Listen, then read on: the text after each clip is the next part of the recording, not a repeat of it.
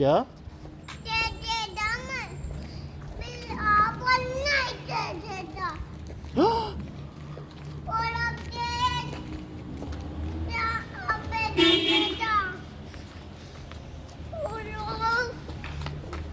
क्या अहमद, आप खुश हो शादी देख के?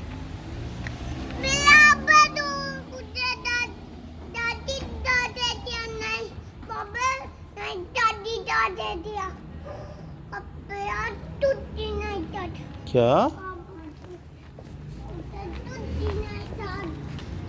शादी से इतनी चीजें खाई हैं, अभी आपका पेट नहीं भरा? हर चीज आपने खा लिया उधर। क्या? एक टॉफी ही रह गई है, बाकी चीजें जो खाई हैं टॉफी। तो जो भी है वो, लेकिन आपको शर्म आनी चाहिए कि इतनी चीजें जो खाई हैं उनका कोई नाम नहीं है। आपको ये एहसास नहीं है कि आपने इतना कुछ खाया? क्या? क्यों? मुझे दूध क्यों?